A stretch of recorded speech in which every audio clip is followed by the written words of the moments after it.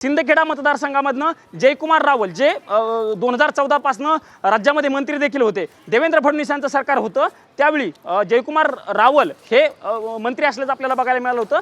त्यांनाच पुन्हा एकदा सिंदखेड या मतदारसंघामधनं उमेदवारी देण्यात आलेली आहे। स्नेहिल, शिरपूर मतदारसंघातनं काशीराम पावरा यांच्या नावावरती शिक्कामोर्तब जे आहे ते करण्यात आलेलं आहे। बरीच नावं जी आहेत स्नेहिल ती सध्याची असल्याचं बघायला मिळते। सध्या यादी समोर आलेली आहे, बाकीची काही छोटी नावं जी आहेत ती देखील सांगतो। वर्धा विधानसभा मतदारसंघातनं पंकज भोयर जे विद्यमान आमदार आहेत त्यांच्याच नावावरती भारतीय जनता पार्टीनं पुन्हा एकदा शिक्कामोर्तब केल्याचं बघायला मिळतंय। हिंगणा विधानसभा मतदारसंघातनं समीर मोघे यांना जी आहे ती उमेदवारी दिली आहे। भाजपच्या यादीतलं प्रामुख्याने बघायला गेलं स्नेहिल तर ज्या मतदारसंघामधनं अद्यापपर्यंत तिढा कायम आहे त्या जागांची यादी ती नावं जी आहेत ती या यादीमध्ये दिसत नाहीत। भाजपचे जे 105 आमदार होते त्या 105 आमदारांपैकी बरीच नावं जी आहेत ती यादीमध्ये असल्याचं बघायला मिळतं। पण सगळ्यात महत्त्वाचं नाव जर कुठलं असेल तर ते चंद्रशेखर बावनकुळे यांचं आहे असं एक प्रकारे म्हणता येईल। स्नेहिल, बिलकुल एक महत्त्वाचा प्रश्न असा आहे की सुधीर मुनगंटीवार यांना देखील पुन्हा एकदा संधी, लोकसभेला त्यांचा पराभव झाला होता आणि आता पुन्हा एकदा त्यांना विधानसभेला संधी मिळालेली आहे। सगळ्यात महत्त्वाचा प्रश्न असा आहे की आता ही जी पहिली यादी आहे या यादीवर भाजपचा आधीपासून दावा होता 160 किंवा 155 जागा भाजपला मिळतील असं कळत असताना आता फक्त 99 जागांवरची ही नावं समोर आलेली आहेत आणि या यादीमध्ये जे विद्यमान आमदार आहेत त्यांनाच संधी मिळाली असं दिसतंय। नवीन नावं अशी काही इथं सामील आहेत चंद्रशेखर बावनकुळे सोडून असं फार दिसत नाहीये।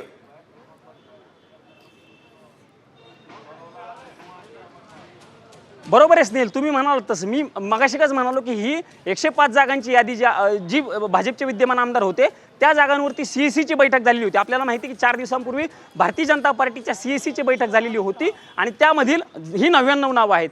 इतर भारतीय जनता पार्टीचा सध्या आपण 150 जागांवरती दावा असल्याचं बघायला मिळतं। तुम्ही म्हणालात तसं 150 पेक्षा अधिक जागा ज्या आहेत त्या भारतीय जनता पार्टीनं मागितलेल्या आहेत, त्यातील अनेक नावं वरती चर्चा झालेली नाही। सध्या मागच्या सीईसीमध्ये 105 जागांवरती चर्चा झालेली होती, बाकीच्या जागांवरती तिढा असल्याचं बघायला मिळत होतं। महायुतीमध्ये अजित पवार यांचा पक्ष असेल किंवा एकनाथ शिंदे यांचा पक्ष असेल या पक्षांनी उर्वरित 105 पेक्षा ज्या 45 जागा आहेत त्या जागांवरती देखील दावा केलेला होता। त्यामुळे ती यादी अद्यापपर्यंत भारतीय जनता पार्टीकडनं जी आहे ती जाहीर केलेली नाही। तुम्ही म्हणालात तसं चंद्रपूर मतदारसंघात चंद्रपूर जिल्ह्यातील बल्लारपूर मतदारसंघातनं सुधीर मुनगंटीवार यांच्या नावावरती एक प्रकारे भारतीय जनता पार्टीने शिक्कामोर्तब केलेला आहे। सुधीर मुनगंटीवार हे बल्लारपूर मतदारसंघातील मागच्या काही वर्षांपासून आमदार असल्याचं बघायला मिळते। स्नेहिल, सुधीर मुनगंटीवार यांना भारतीय जनता पार्टीनं चंद्रपूर लोकसभा मतदारसंघातनं उमेदवारी दिलेली होती, मात्र तिथं सुधीर मुनगंटीवार यांचा पराभव झालेला होता। असं असतानाही सुधीर मुनगंटीवार यांनाच पुन्हा एकदा विधानसभेसाठी भारतीय जनता पार्टीकडनं तिकीट दिल्याचं आपल्याला बघायला मिळतंय। वणी हा जो मतदारसंघ आहे त्या मतदारसंघातनं संजीव कुमार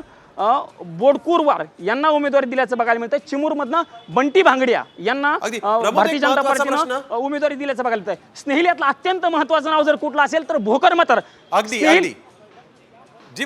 यातलं अत्यंत महत्त्वाचं नाव कुठलं असेल तर नांदेड जिल्ह्यातील भोकर मतदारसंघामधनं अशोक चव्हाण यांच्या ज्या कन्या आहेत श्रीजया चव्हाण यांना भारतीय जनता पार्टीनं उमेदवारी दिलेली आहे। चर्चा सुरू होती मागच्या काही दिवसांपासून की नांदेड विधानसभा मतदारसंघामध्ये कुणाला उमेदवारी देईल, पण भारतीय जनता पार्टीच्या पहिल्याच यादीमध्ये अशोक चव्हाण जे राज्याचे माजी मुख्यमंत्री आहेत त्यांच्या कन्या श्रीजया चव्हाण यांना उमेदवारी दिल्याचं बघायला मिळतंय। ही अत्यंत महत्त्वाचं नाव आहे, कारण नांदेड लोकसभे मतदारसंघासाठी देखील पोटनिवडणूक होणार आहे। त्या ठिकाणी देखील श्रीजया चव्हाण लढतील की अशोक चव्हाण लढतील अशा पद्धतीच्या चर्चा मागच्या काही दिवसांपासून सुरू होत्या, मात्र आता हे स्पष्ट झालेलं आहे की श्रीजया चव्हाण या विधानसभाची निवडणूक लढतात। खरं तर श्रीजया चव्हाण यांनी मागच्या काही दिवसांपासून तयारी देखील विधानसभा निवडणुकीची केलेली होती आणि त्यांना भारतीय जनता पार्टीनं भोकर या अशोक चव्हाण यांचा जो पारंपरिक विधानसभा मतदारसंघ होता त्या मतदारसंघातनं तिकीट दिल्याचं बघायला मिळतंय। मुखेड मतदारसंघातनं तुषार राठोड असेल, नायगावमधनं राजेश पवार असतील अशी काही नावं जी आहेत ती बघायला मिळतात। हिंगोली विधानसभा मतदारसंघातनं तानाजी मुटकुले यांना भारतीय जनता पार्टीकडनं उमेदवारी दिलेली आहे। हिंगोली मतदारसंघावरती खरं तर प्रामुख्याने आपण बघायला गेलं तर लोकसभा निवडणुकीवेळी खूप मोठा राडा झालेला होता। जे विद्यमान खासदार होते, हिंगोलीचे तत्कालीन विद्यमान खासदार होते, त्यांच्या नावावरती भाजपच्या अनेक आमदारांनी जो अविश्वास दाखवलेला होता, त्यांच्या नावाला विरोध केला होता। त्यातलं एक महत्त्वाचं नाव होतं ते म्हणजे तानाजी मुटकुले आणि त्यांनी विरोध केल्यानंतर देखील आत्ताच्या यादीमध्ये तानाजी मुटकुले यांचं नाव असल्याचं बघायला मिळतंय। जिंतूर विधानसभा मतदारसंघामधनं मेघना नाना बोर्डीकर यांच्या नावावरती भारतीय जनता पार्टीनं शिक्कामोर्तब केलेला आहे. परतूरमधनं बबनराव लोणीकर असतील, बदनापूरमधनं नारायण कुचे असतील, भोकरदनमधनं संतोष दानवे जे रावसाहेब दानवे यांचे चिरंजीव आहेत ते मागच्या काही दिवसांपासून त्या ठिकाणी आमदार आहे. साधारणतः 2 टर्मपासून मागच्या संतोष दानवे हे भोकरदन मतदारसंघाचं नेतृत्व करतात. त्यांच्यावरतीच भारतीय जनता पार्टीनं पुन्हा एकदा शिक्कामोर्तब केल्याचं बघायला मिळतंय. स्नेहिल, गंगापूर हा विधानसभा मतदारसंघ आहे. त्या मतदारसंघात प्रशांत बंब जे भाजपचे आमदार आहेत त्यांना दिलेला आहे. गंगापूर मतदारसंघामधनं अजित पवार यांच्या राष्ट्रवादी काँग्रेस पक्षाकडनं देखील दावा केला गेलेला होता.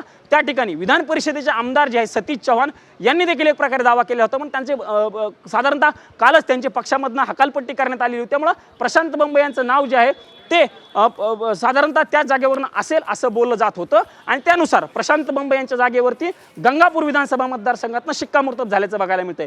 औरंगाबाद पूर्व मतदारसंघामधनं राज्याचे सध्याचे मंत्री आहेत अतुल सावे यांनाच भारतीय जनता पार्टीकडनं पुन्हा एकदा उमेदवारी दिल्याचं बघायला मिळतंय. नाशिकच्या मतदारसंघातलं जर आढावा गेला आपण स्नेहिल तर चांदवडमधनं डॉक्टर राहुल आहेर यांना उमेदवारी दिली. खरं तर चांदवड मतदारसंघामध्ये चर्चा होते राहुल आहेर लढतील की त्यांची बंधू हे विधानसभेची निवडणूक लढतील. पण राहुल आहेर यांच्याच नावावरती भारतीय जनता पार्टीनं शिक्कामोर्तब केल्याचं बघायला मिळते.